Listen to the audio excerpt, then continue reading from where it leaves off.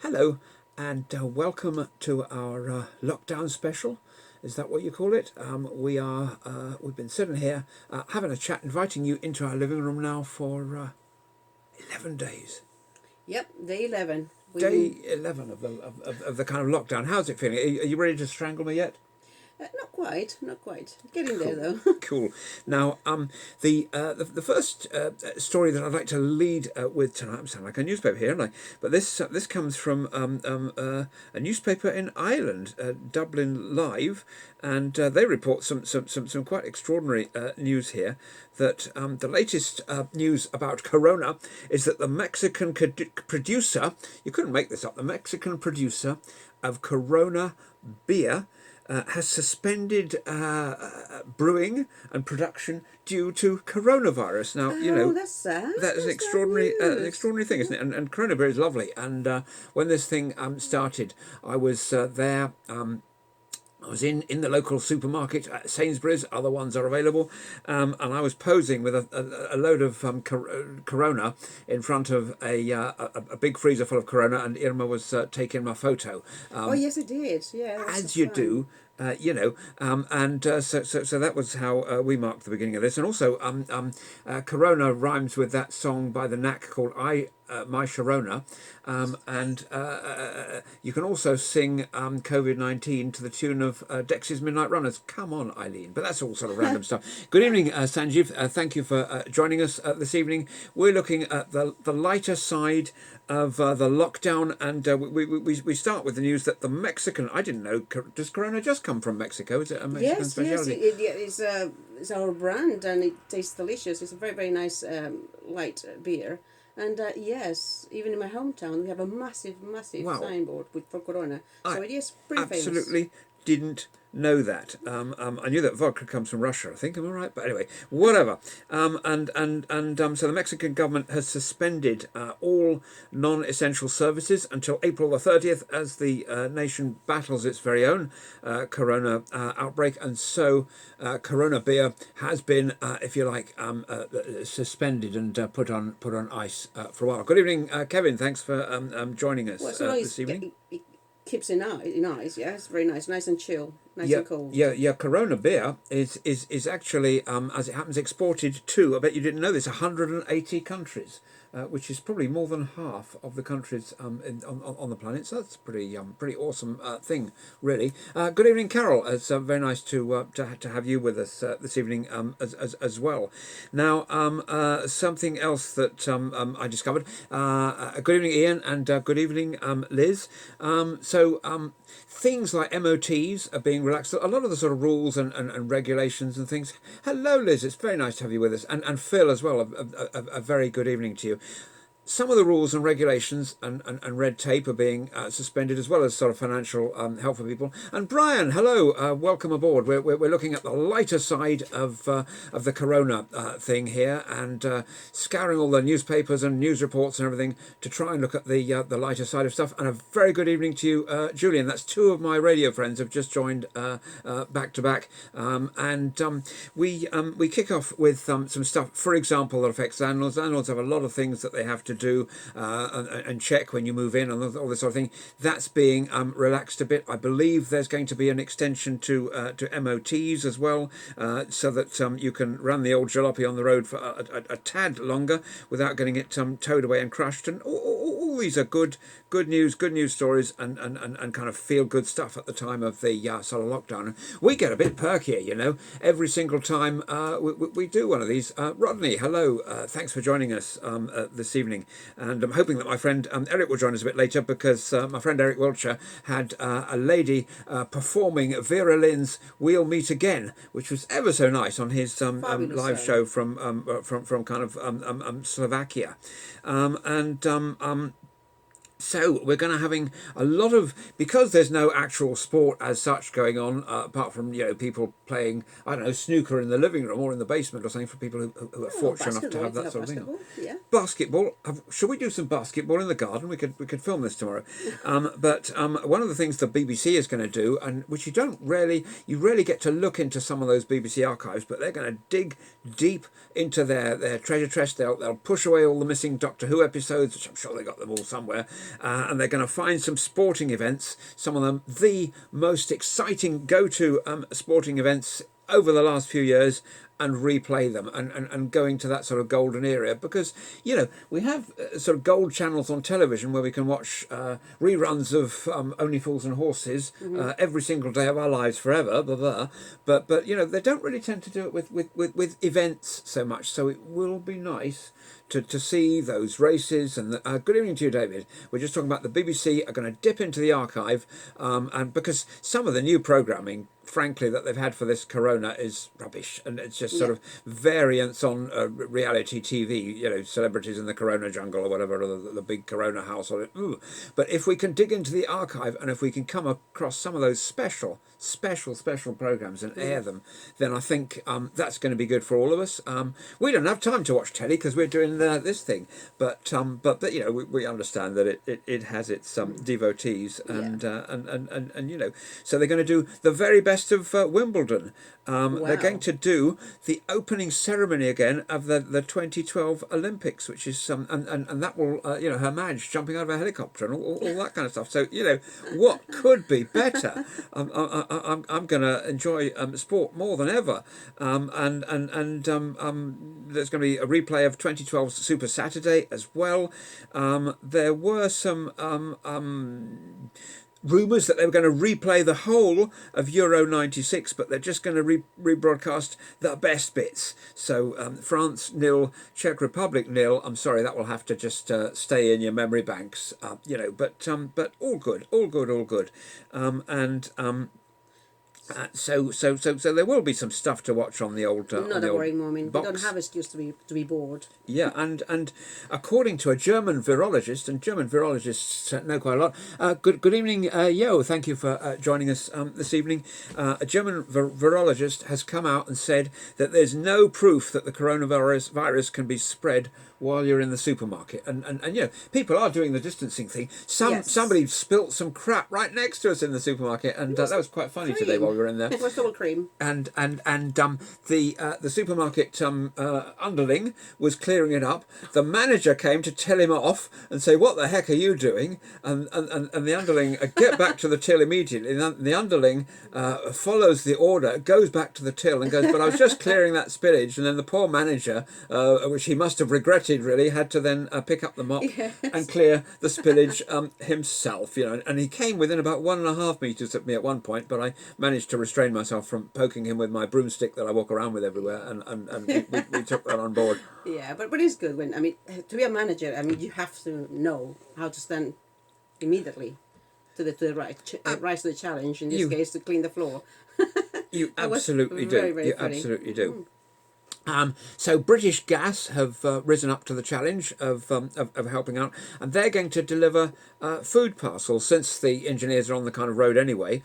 And 1,750 British gas engineers have, according to the Daily Telegraph, have signed up to this programme, and they want to deliver 50,000 food parcels a month all around the world, and that is wonderful. A very good evening to you, Michael. How are you today? It's wonderful when people, when big corporates are joining in. It's not just. It has come up from a sort of street type level that people are helping out and doing stuff, but the big corporates are joining in as well, which I think is absolutely superb, and everybody's stepping forward and doing their bit. It reminds me of this quote from Kofi Annan, which is he was Secretary General of the United Nations in 1999. He says, "Things get better when enough people decide that they should get better. Things change when ordinary people come together in a common purpose." So this is our journey. Fabulous. Now, wasn't Things Can Only Get Better that song by that band, De Ream?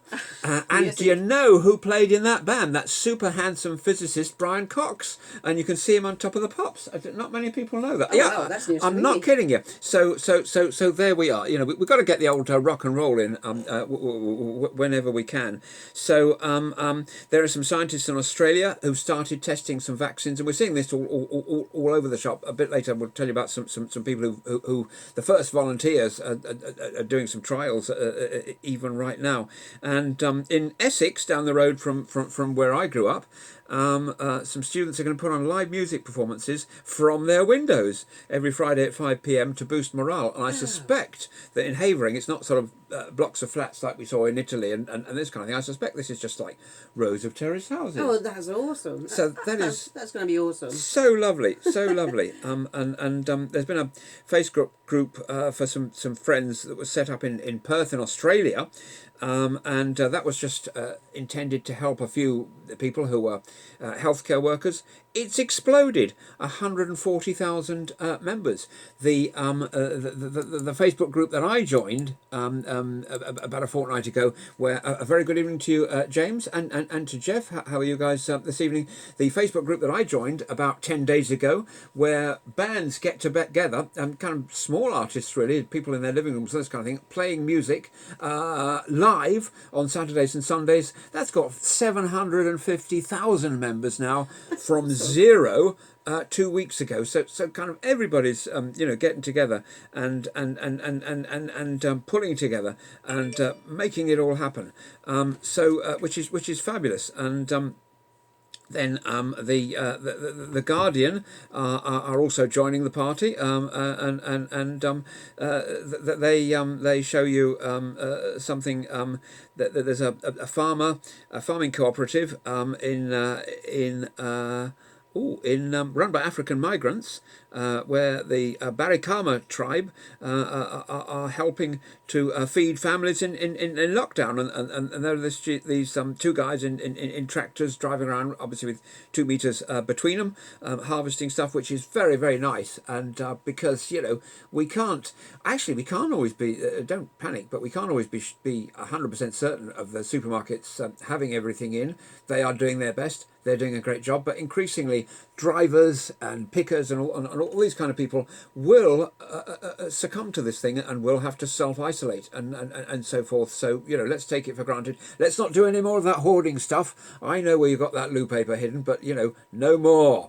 Or I'll have to come round and knock on the door. Although I won't be able to come in and chastise you because I'm not allowed to, you see. A very good evening to Jitesh. How are you today? There have been some very inspired stories, for example, about people who have recovered from the COVID experience. And as it happens, Boris and Prince Charles looked a bit rough today. Oh, they do. They were doing They they were trying to sort of keep their peckers up and everything, and deliver kind of good news to the public. In fact, Prince Charles was opening that new NHS Nightingale Hospital. It's wonderful to name that after Florence Nightingale, and terribly appropriate. But he was in Scotland, kind of self-isolating and looking very much the worst for wear, I would say.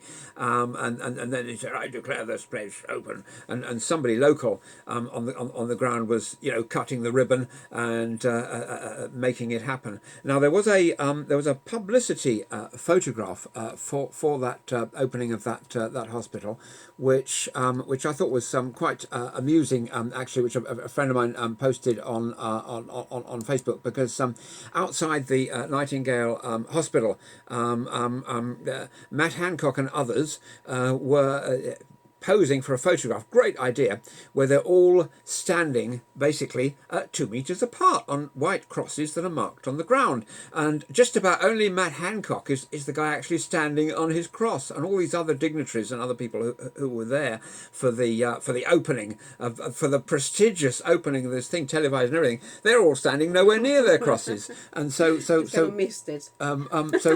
Following instructions is a great thing, really. It's not just a question of telling us to follow the instructions, but don't go around shaking the hands of dignitaries. Don't all squish up on the front bench, and do as you say, not as you do. If you follow my drift, Yes, yes. And so here are some stories about some people who have recovered from this thing, and apparently it's kind of like flu, only like a sort of nasty flu, if you like, and a lot of tightness in the chest and all sorts of stuff. But coming coming out of it on the other side, it's all good. And the chances are, we don't know anything about this really 100%, but the chances are that if you've had it, you're going to be immune moving forward. But as again, as I say, the jury's out a bit. Mark and Renee, thank you for joining us this evening. We're talking about the positive side of being locked up at home with your beloved for an awfully long time, and looking out the window and seeing nobody there. Whereas normally our desks are by respective desks are by our windows, and we can look out and see all the commuters and think, oh, but nobody there. It's like a sort of. It's been a roller coaster of emotions. I mean, first we were apparently under control with our lives, going backwards and forwards to work, doing the things, cooking dinner. Table, and make sure that everything, all the ducks in a row, right? And then we found ourselves stuck at home, and just like that. So this has been time for reconnecting with ourselves and with our family, and family and friends. Yeah, it was very sudden, wasn't it? Oh, good evening, Matt. Hope things are good at the BBC. And hello to our good friend Fiona, who's just up the road, isolated in her thing, while we're isolated in our thing. We could almost lean out the window and wave to Fiona. I mean, I'm exaggerating perhaps a little bit slightly, but we're looking at the sort of the good news that's come out of the past few days. Hello, Fiona. Hello. And so businesses have been moving into ventilator overdrive. We need a lot of them, and factories are quite good at retooling themselves and repurposing.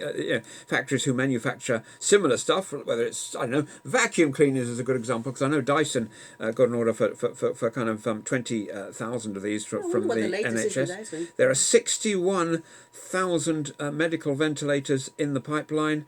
The NHS has said it needs at least 30,000. Here in Cambridge, where our hospital is, Addenbrooke's Hospital, they normally have 50 intensive care beds. They're gearing up for next month when they're going to have 450, and they're sort of moving everybody around and rearranging things and moving all the potato crisp concessions or something out of the hallway so that they can sort of make room for all that kind of thing. The Chancellor has done a good thing. Yeah, I know. And what he's done is it is kind of a heart-stopping moment. He's going to waive import duty on medical equipment, which will include the coronavirus testing kits and protective clothing, which will keep the supplies going for our essential workers. And I think that's a fantastic thing. That is really putting your money where your mouth is. And it's all very well to get up on the stage and say, we're going to be testing 100,000 British people every day from the... But you have to make it happen. You have to provide the tools for the professionals to use to do it. A very good evening to you, Anita. Thanks for joining us on this Feel Good Friday. That's a good expression, isn't it? Really, and because there's no alliterative thing we can do with lockdown. The lockdown lurgy. That doesn't sound quite. So by this time now, being indoors, I mean, we probably made long-lasting connections with our friends that really matter to have in our lives, which is all that positive people that we need. And sometimes we do get negative people amongst us, our group of friends, but all we have to do is just wave the wave, ride the wave, and understand that we're all humans and come from different backgrounds. Absolutely. There's an Oxfordshire-based firm that's having some help from the Formula One teams, McLaren and Mercedes, Ford, Siemens and Meggitt. They're helping them to design and manufacture some ventilators. 5,000 of those are going to come into the system. Airbus and Rolls-Royce, there's not a lot of demand for their aeroplanes at the moment, so they're going to be manufacturing some ventilators as well, which is absolutely fabulous news. And 20,000 entirely new prototypes have been designed from scratch in a matter of weeks to make this happen. The whole country is pulling together. In fact, the whole world is. Good evening to you, Jane. Hope you're good this evening. And so we're talking about all the good stuff that's happening at the moment, and it needs to be highlighted a lot more. My very good friend. And good evening to you, Jonathan. It's great to have you with us. There's so much connection and connectivity going on, and it's all good. Do you know, a couple of years ago, there was this thing where, I think it might have been up to 10 years ago, where some hospitals, I think some of the hospitals in the UK were involved in this as well, they so were working on this premise that if we laugh and joke and are happy and so forth, that our body will produce endorphins and other quite important chemicals that actually pep us up and give us a good sort of feel-good thing. So they actually hired some comics to go around hospitals and entertain the patients, and there were significant improvements in the recovery rates for those guys. So if by it's not for no reason that we keep our spirits up here, Yeah. and we're boosting our immune system and all kinds of things, which I think is an absolutely wonderful thing to do. Yeah. Rita Reynolds is 99 years old, and she's believed to be the oldest person so far to recover from coronavirus. Isn't that an absolutely wonderful? Yeah, and a Wonderful secret, thing. according to the news, is that marmalade sandwiches. Well, yeah, absolutely. That was her secret too. I mean, don't try this at home, and we're not endorsing the marmalade sandwich as being the latest cure for this. I mean, we're all different. We have different tastes, different likes, dislikes, and everything else. So that was her thing, and that's Yeah. good to celebrate. I mean, I'm pretty partial to a marmalade sandwich myself, but I'm like I'm crackers. still washing my hands a lot. I'm crackers. Yeah, and you like me? Oh, that's nice. That's nice. So there we are. There we are. Got a new nickname now. So, what do we do on a daily basis? I mean, how was your day? Is there anything that you're particularly doing at the moment whilst lockdown to lift your spirits and to keep things going? Let me know in the comments. You made the most of it, I hope. I mean, we've made the most of it. Absolutely. I mean, I never in a million years would think of doing lives, and here I am. And a little bit of push, like we are on 5 minutes, and I'm like, okay, there you go. So here we are. So Yeah. we have made the most of it of this, and we have reunited. Well, everything else is just our passions to do the things that we want to do. And David is obviously media, and media communication is his thing. And here I am supporting him, and obviously losing the fear of lives and making mistakes. Yes, absolutely so. No question about it at all. Now, I mean, obviously, the highlight of the whole thing so far has been Rick Astley doing a gig, doing a live gig online, didn't he? With that other guy from Take That, not Robbie, the other one whose name I forget because my knowledge of boy bands isn't that sparkly. Well, anyway, remind us who was the other guy in Take That, the other lead singer. Anyways, good evening, Yvette. Nice to have you with us. We're looking at the sort of happy side of stuff that's going on. A lot of people are dancing in their streets. They're all kind of isolated because there aren't many cars going down the streets at the moment, and we've got deers in Essex. We found yesterday. So why not dancing in the streets? That was a song, wasn't it, by somebody or other, and Mick Jagger did a version as well, didn't he? With David Bowie, I think, did a cover of this old song. But we're kind of really doing it, and fitness instructors often leading the thing. In Cheshire, there's a fitness instructor getting her whole street to sort of move their biceps and triceps and other bits. It is very important to keep mobile. Yes. Absolutely, all dressed the part in sort of tracksuits and things, and coming together as communities. Rick, Sharon says Rick is her hero. Yeah, I mean, I've been don't know if you know this expression, Rick rolled, but it's when you click on something really exciting, like Brian Cox reveals the history of the universe or something, and then you click on there and it's forever this Rick Astley video. Good evening to you, Paul. Hello, it's very nice to have you with us this evening for our look at the sort of happy side of the coronavirus. So we've got 3 radio friends with us tonight. We've 4. We've got Brian, who was on a radio station that I used to listen to when I was a kid, a wonderful radio station called RNI. We've got Julian, who works at a radio station just down the road. We've got Jeff, and now Paul. So welcome along, guys. David Bowie and Mick. Sharon Griffiths says, of course, that was the they were the guys. who were singing, dancing in the street. It Oh, I love wasn't that Jason song. Orange singing along with Rick Astley. It was the other guy, Brian. Somebody was it? Anyway, from Take That. But I mean, Yes, I'm yeah. sorry, my Oh, musical knowledge is it's a bit lacking there. And Sharon says she sent the car Teddy pictures that she was doing yesterday, which is absolutely fantastic. What a wonderful thing! As you're sort of, I mean, you're allowed to get out for your 20 minutes exercise or something. You're going down Sharon Street, you see a car full of teddies, and that might make you sort of well, it might beautiful. make you run into a lamppost, so don't do that. But hopefully it won't, and don't fall down any manholes either, like in that well-known Rowan Atkinson sketch.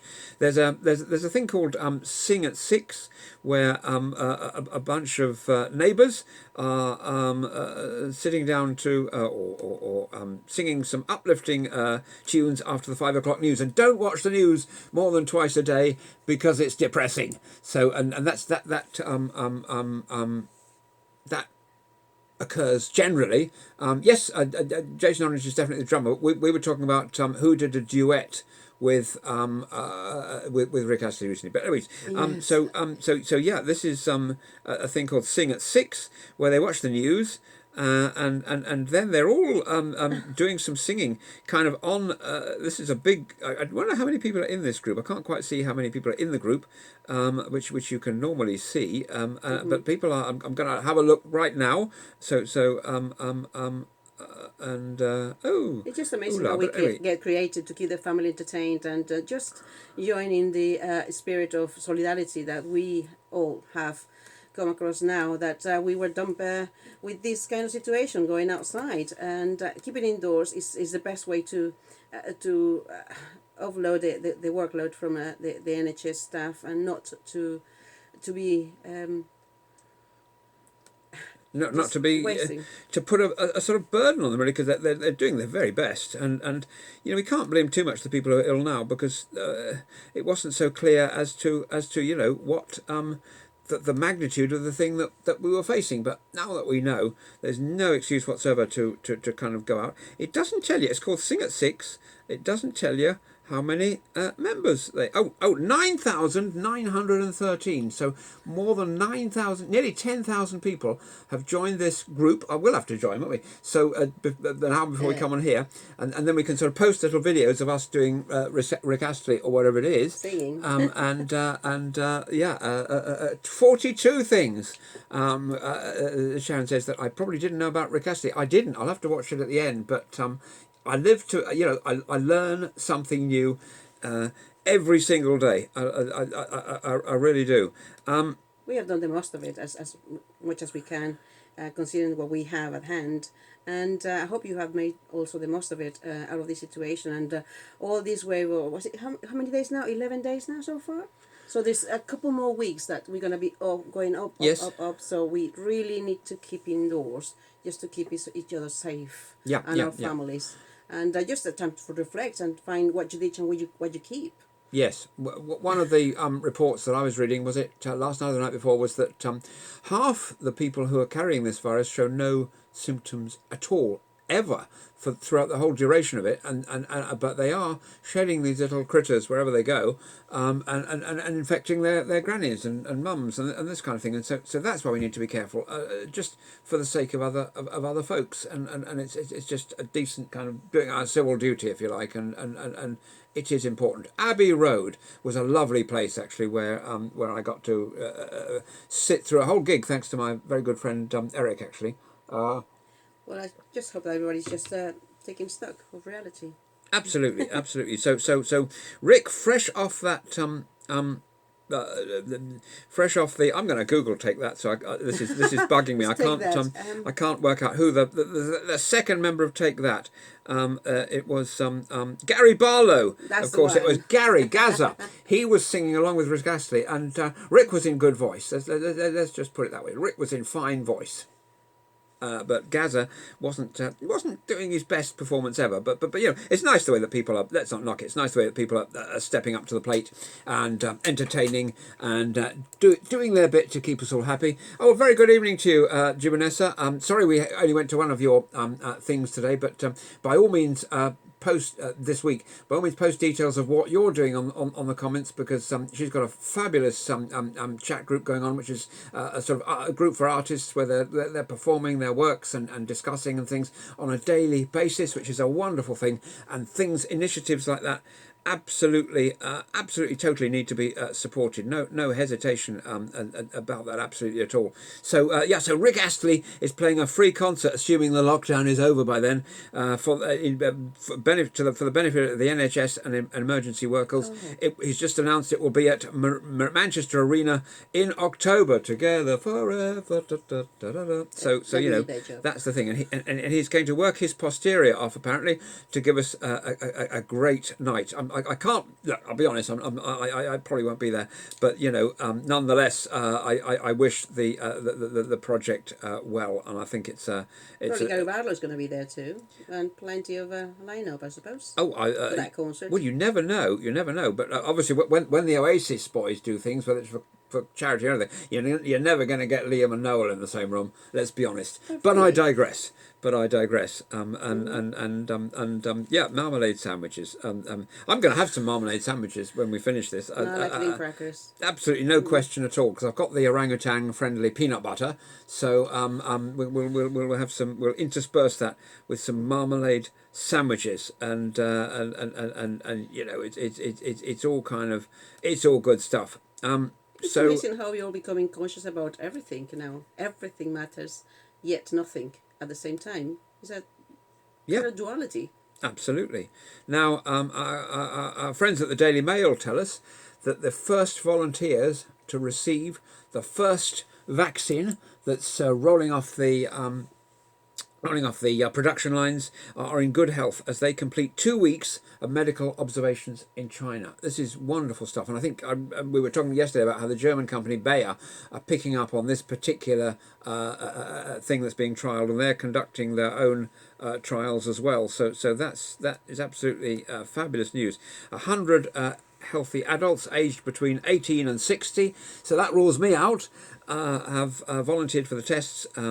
18 participants have gone back home after maintaining good health, and then these particular trials are going to be continued overseas. And this is astounding, really, because here was I was prepared to not go to my house really until Christmas 2021, but it looks like they might, and let this be a warning to the world, it looks like they might be letting me out a tad early in order to I know, so I the might. vaccine, you're right. So this is the first vaccine test in the world where a bunch of people are.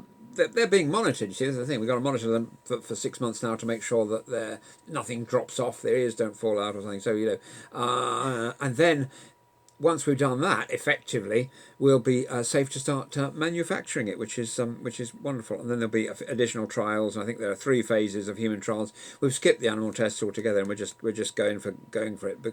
And I think that's the right thing to do, because we don't want any sort of regulatory hurdles. We want to get out there and we want to make people better. Obviously, we don't want to make them worse. So to a degree, we have to sort of balance these things. Now. Free eggs for hospital staff. You can't the stuff that's going on here is just absolutely wonderful. That there's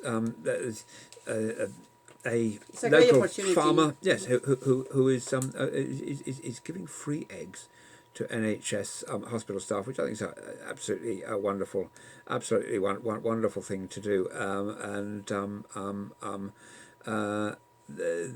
A case of eggs every week have been given to Wexham Park Hospital by a local farmer, and the thing, they're also this particular egg firm are encouraging their customers to order more eggs that can be donated to key workers as well.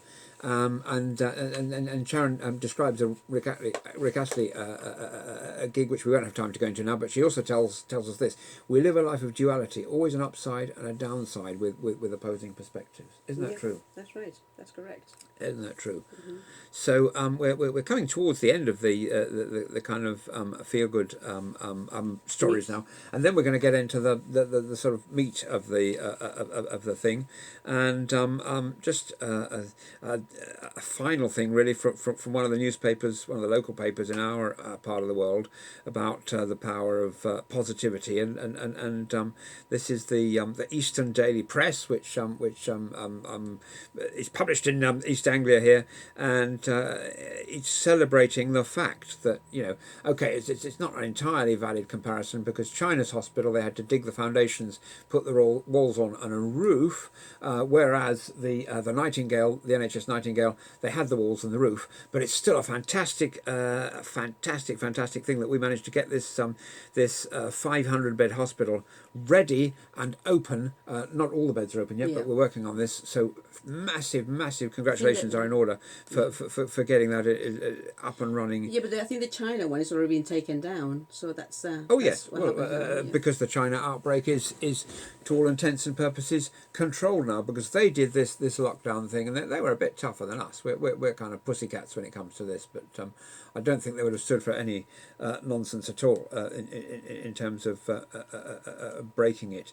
And so that's nice. There was a study at Oxford, the Oxford Said Business School, which confirmed that people pay more attention to good news than to bad, and that's true, because when I'm watching the BBC and other newses nowadays, I'm just doing my knitting, and I don't even know how to. That's another thing. So don't expect a scarf in the post. But we do turn off to the bad stuff. But this thing is going to be comparatively short-lived, and things will rebound, and we're going to have, I guess, a lockdown Easter. And so for those who celebrate that, go out and get your eggs right now. Oh, and that was a bit of good news, that the supermarkets are easing back on the rationing, and in particular, Sainsbury's announced today that Easter eggs are completely unrationed. You can go in there and load up 6 shopping carts full of Easter eggs if you got that many friends, and or even if you haven't, and just eat But and how be can merry. they deliver them? Because many people buy the Easter eggs to take them to the other people's houses. Now that's not a no-go, unless, I don't know. Well, But maybe. you've got plenty of chocolate. A very good evening That's to my you, thing. That's good. David. We're talking about the sort of good news today, and can I crave your indulgence and tell a little sort of anecdotal story for a minute or two, which was posted on Facebook by my good friend Vinden, and it's about how some of the words in the English language came into being, and we found it quite amusing. This was posted this morning. So apparently they used to use wee to tan animal skins, and so families used to wee into a pot, and then once a day it would be taken and they would sell it to the tannery where they made the leather. No wonder those tanneries had quite a stink. If you had to do this in order to make ends meet, you were said to be pee poor. That's a sort of paraphrase, use a slightly stronger word. But worse than that were the really poor folk who couldn't even afford to buy a pot, and they didn't even have a pot to pee in, and that is where that expression comes from. Now, the next time you're doing this hand wash while singing Happy Birthday, think about things have been worse in the past. So here are some facts about the 1500s, just to make us laugh a bit, I guess. So most people used to get married in June because they took their annual bath in May. You see, I take mine in January because my birthday is then, but and so by June people were still pretty fragrant, but not entirely fragrant, not as fragrant as you'd like them to be. Oh, by the way, this story from my friend Vinden was published on April the 1st, so I'm not sure how much of it is on the line, but it convinced me. So by June, when they would get married, they needed to have some freshly scented flowers, and that's why the bride gets a bouquet at the wedding. Wow. Apparently. That was a revelation to me. Indeed so, and so then I think, and this was the case in my dad's time, that when you had a bath, there was a big tin or aluminium pot in the middle of the floor, and it was filled up with hot water from the kettle, and then you all had to get in one after the other, not all at the same time, but one after the other, starting with dad and then mum and then the kids, down to the littlest of all, the poor baby, was the last one to be bathed. And you think, obviously they didn't know No, as sort much of in about reverse, isn't it? sanitation In terms of as we sanitation. did. Oh yeah. So by the end, everybody's so tired and everything, you had to be careful not to throw out Junior when you tipped this bath into the garden. Hence the expression, don't throw the baby out with the bathwater. And I believe all this stuff is true. You can't make it up. Then houses had a thatched roof, which were straw, and I'd never buy a thatched cottage because you have to renew it every 10 years, and so but it was the only place where animals could warm themselves up. But when it rained, those straw roofs were slippery, and sometimes the animals used to fall off the roof. Hence the expression, "It's raining cats and dogs." You should do some of these as well. Do you want to do? That's fine. You're okay. Okay. So then things used to fall into the house due to the fact that the thatched roofs actually have a bit of sort of gaps in between them, and in the bedroom. This is horrible. Bugs and droppings could mess up the nice clean bed sheets. And so that's where the four-poster bed came into existence, because that could be slung across the top of the bed, and all the detritus would end up there. And so that's where the four-poster comes from, the floor was just kind of dusty, but the wealthy had slate floors that used to get slippery when wet. Bon Jovi album, but that's no connection to the story we're telling here. When you would put more and more straw and stuff on the floor to keep it nice and crunchy or whatever, but then the straw would get so high that you would have to put a piece of wood there to block it, and that was the threshold. The threshold was to stop the straw spilling out into the street so that the poor people could eat it or whatever else poor people would do with straw. And money. Rich people had plates which were made of pewter, and the high acid content of food would cause some of the lead to ooze out into the food, which wasn't very good for you. And the most acidic foods of all were tomatoes, which were considered apparently poisonous for 400 years or so before people worked out that it was actually the plates that were causing this. Bread was divvied out according to status. We've got some bread today because we went to the shop. We'll be eating it for 3 or 4 days now because we don't go shopping all that often, so it'll be a bit crusty to start with, a bit of a toothbreaker. But so the workers used to get the bottom burnt bits of the loaves, the family got the middle, and guests got the top, hence the expression upper crust. Okay. And not many people know this, but bakers were quite naughty back in the day, and they used to eke out the consistency of the bread with sawdust. They'd add bits of sawdust, which gives it a sort of crunchy feel. I don't think they do that now. They just put rat pellets in it instead.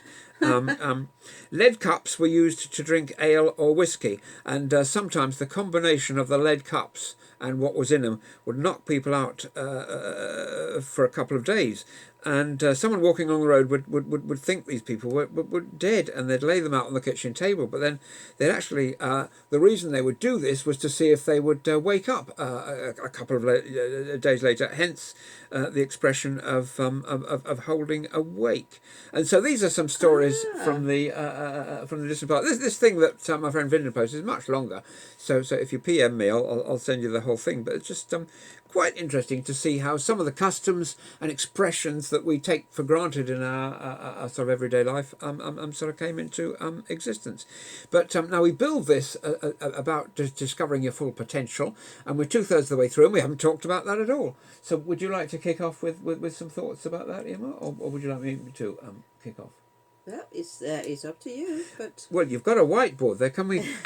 Look, this is... Do you know how they have these teleprompters and things? Well, this is our teleprompter. I'm not going to flash it quickly. And that is what we're going to be kind of dealing with now. And I think it's an excellent idea, because what I'm cribbing stuff off there, the old laptop, but it's much better to... If there was a sudden power cut, I would be... I'm blushing now. A gibbering wreck. Well, look, we're exposing all the things. And I'm wearing trousers today, just in case you are wondering. So Oh so yeah, that's right. so Someone you know. posted a photo of it was a meme thing. It was this gentleman saying, well, it was wearing nothing underwear, just because everybody's just facing. But yes, we are fully dressed. Yes, yes. I but A, that's a very good evening to you, Jan. I hope, Jan. I hope things are going well on the other side of the big pond. I gather you're in sort of lockdown mode as well. You guys over there. So we're so. talking about how to be the best that you can be. Well, well, I think this is the huge opportunity that we have now to prove ourselves what we really like in life and to know our priorities. We were uh, hit by this. Nobody was expecting it. Everybody just cheered to the 2020, the new decade, etc., etc. And plans, goals, activities, doing trips, holidays, you name it. And then here we are, stuck at home. So we have to go back to become inventive towards our families to really understand who is our priority and what is the priority. And I hope that you know the priority here is you. So long you are okay, everybody else around your family should be okay as well by default. We have become more inventive. We have taken this opportunity to really have an introspection of thought and to make sure that the thought doesn't overtake us, but we really control them. Control them. And on that thing, I am preparing something in the near future, in base of the power of thought. So we found stuck at home. Found ourselves stuck at home. We've made the connections now. By this time, after 11 days on lockdown, with family, friends, we've become inventive. We with our neighbours. We are part of a group in which we all support each other. If someone is struggling, he says, "Okay, I need this, I need that," and we provide with that, or the neighbours provide for that if they can. So we have become very inventive in ways of socializing from afar, from away. Now, what we done, or what I've done, and I hope that is know what we keep and what we ditch in our lives, and what is really fundamental for our living and for the planet and for our beloved people that we have, our husbands, wives, partners. It's up to you now. So what I tend to do is just have an introspection of thought and just gather that essence of each thought, what it matters, where we are, how we're going to come out at the other end. So basically, that's what we've been working on. Absolutely so, and it's powerful. This is a gift in many ways. We've been given the gift of time, the gift to the time to reflect, the time to look at our lives, to work out the good bits that we're kind of proud of, to work out the bits that perhaps need a bit of extra attention, and we've got the time now to give that attention, and to improve ourselves, and improvement starts from within. Right, self love and self worth should be now. I think that's coming your way. Why? Because by this introspection, by looking at your thoughts and by looking what has been going on, that it doesn't matter, and it shouldn't be part of your present. Uh, by that, you're giving yourself the opportunity to really become alive again instead of living without living, just breathing automatically because you can.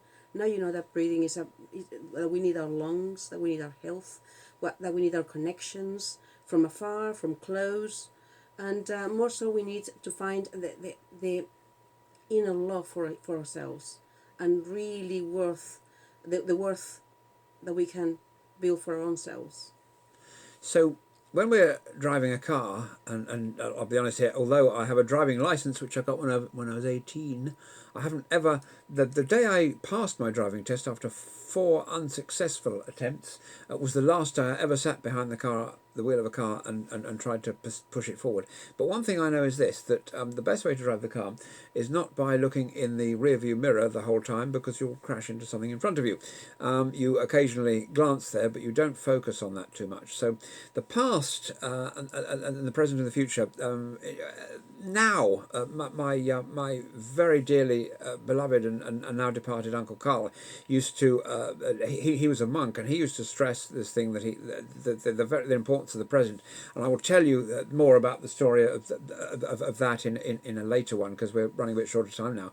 But the point is that we look ahead. We look ahead. We focus on the reality is where we are now, but where we will be in a few minutes' time is also pretty important, because we're heading in that direction. So if there's a great big sinkhole in the middle of the road, we might need to swerve to the left or whatever. And so there's another thing that you can do, which I think is really important to help to put the current events or other bad events that you might be encountering in your life into perspective. And I call this the test of 10. And so when I'm facing some kind of adversity, I say, well, will this really matter in 10 hours' time? Will it matter in 10 days' time? Will it matter in 10 weeks, 10 months, 10 years? And that helps to sort of to put things in. If an anaconda is wrapping itself around me and squishing me, well, that extremely does matter.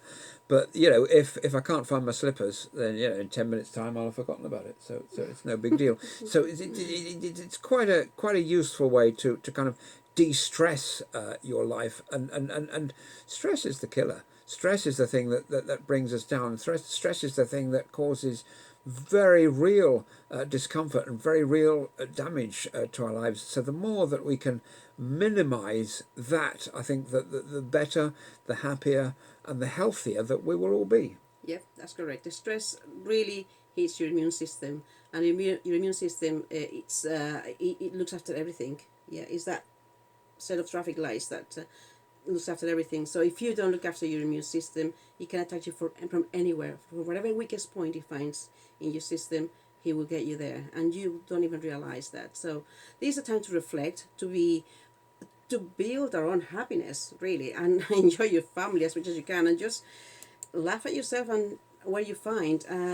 Yes, there's going to be cases. There's going to be huge challenges of people that we know falling down with the virus, and but hopefully we're going to get to the other end in better shape.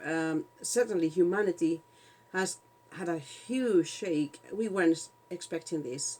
So we are here, we are together, we are following the guidelines, and we're also following our own heart and putting it all aligned with exactly what we want to give going forward. Yes. Hello, Raphael, and hello, Steve. Now, Steve shared this remarkable insight, I think, was it yesterday morning, into his commute to work in the lockdown situation. So he comes out of the front door, he's making sort of driving type noises, and he ends up about 30 seconds later in his garden where he's got an outbuilding, and he opens the door and he arrives. And I think that's that is a tonic for all of us, really, and that's a great uplifting thing, because actually normally Steve works at the end of our street here in a great big sort of office building, so that's a bit of a contrast, and the way that all of us have had to sort of adapt to this, so I'm sorry this isn't a full-blown TV studio here, but we just, when this lockdown came in, we just propped up our telephone and our laptop and things, and we're using the desk lamp and all sorts of bits and pieces to just okay, the secret's out now, and just to get this out there, and just to start and to join with you guys to start the process of creating a better life and a better future for us all, and to try to ensure that these times lead to good stuff for everybody on the planet moving forwards from today. It certainly got us out of our comfort zone in every single way. I'm out of my comfort zone doing these lives, and language barrier, everything else, you name it, personality type, because I tend to be, although I'm very much outgoing, I'm also I like my own company, and so here I am. So it's a time for you also to get out of your comfort zone and do something crazy, like going brum, brum, brum to the back garage. It's wonderful. It's wonderful. So we'll have to have the sort of 8 o'clock brum every morning where people sort of get together, and that's much better than that PE guy, isn't it? You're going to find your own happiness, your own laughter. Absolutely. And laugh at yourself. Happiness will find you as well. I do think you so. think? I do think happiness finds you. Well, you found me, so kind of that's...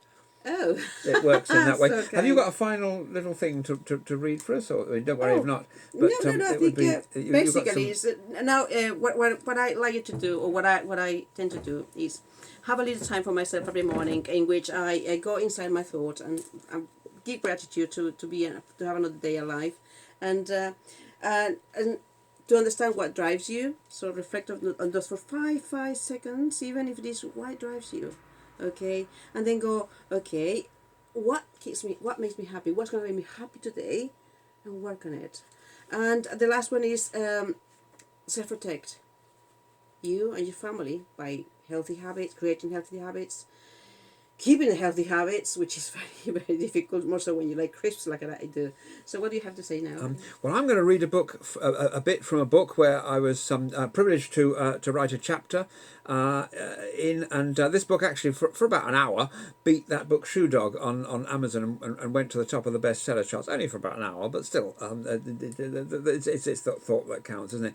But 50 of us wrote chapters in this book, and it was just kind of insights into life. And I'm just going to give you one, and I might read one every day, but this one is this, and this is the thought we'd like to leave you tonight. It's this: be aware of your own self-worth.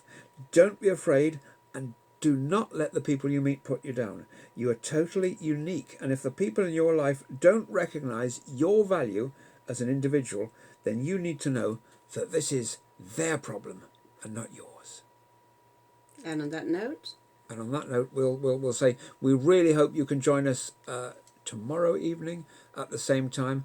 Have a wonderful day. Stay safe. Stay indoors, please, please, please, please, and be healthy and be good. and it's Friday. It is. Thank goodness it's Friday.